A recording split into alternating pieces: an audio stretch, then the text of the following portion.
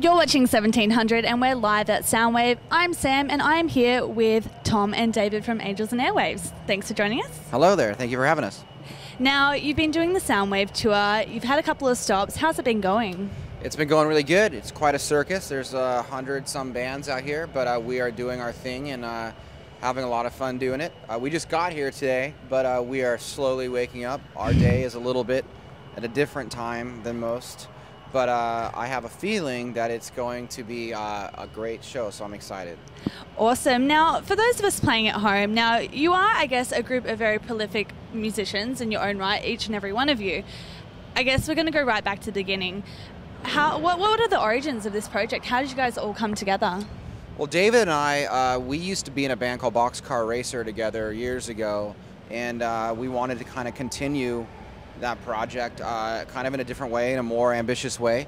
So when my other band broke up we broke up forever kind of at one point, and so we decided to start the next chapter of our lives, and we kind of envisioned a band that would be making motion pictures, feature films, and albums, and other forms of media. So on this album in particular, it's a double album called Love and a science fiction film called Love, and the film's coming out in Australia, I think, in the next couple of months. We're excited for people to see it. It's been a 5-year process to get this one off the ground. So.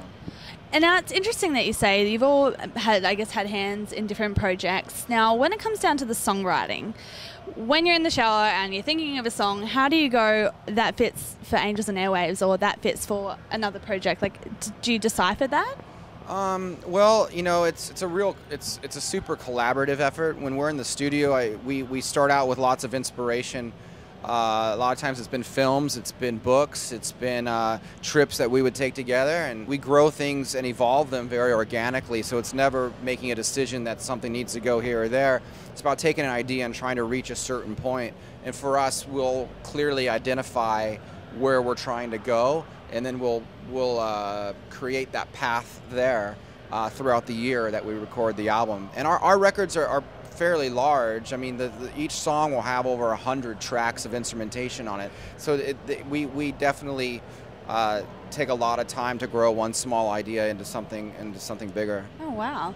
It does sound like a very, as you said, an organic, process. Now, another thing I want to comment on, you guys have fantastic artwork on your records. It's in a day and age where digital music and media is sort of taking over and people are more downloading their music than actually going out and having their hands on it. I mean, how important is it to you to still deliver a product like that? I'll let you speak if you'd like to, David. Speak about that. I think it's just trying to sell the whole idea that it is sort of a collaboration of several different artists, and in that way, and also a complete theme, a complete idea, and consistency through everything from the movies he talked about to the graphic novels to the toys to the packaging and everything. It's just to kind of create a world away from a world, I suppose. Now, I kind of want to take you back to when we were talking about, going into film scores. Now, obviously, when you were in Boxcar Racer, this came up. Was there a moment or a film or a score that you heard that kind of went, hey, I might want to do that? Well, with Angels and Airwaves, we just didn't want to be just a band. We wanted to make movies, and we wanted to do a lot of different things that kind of would take our music and have it live somewhere other than just the music industry.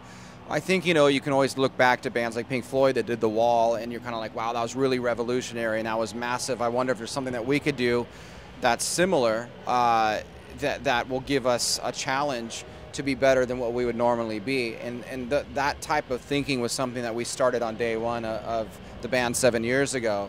And talking about, obviously, having these new ideas and wanting to be, I guess, different in the music scene, what would be the next step? Like, what are in your careers, where would you want to go next? Well, for us, it's to continue moving forward and evolving as a band. I mean, we have 2 more movies in the works. We already know what our next 2 albums are going to be. Organized. So we're just excited to really do some great musical discovery on each one and go completely different areas. And like David said, it is a collaborative effort. We have directors that work with us. We have graphic artists that work with us. And it's like a family. And we get together and we say, okay, these are some big, ambitious ideas.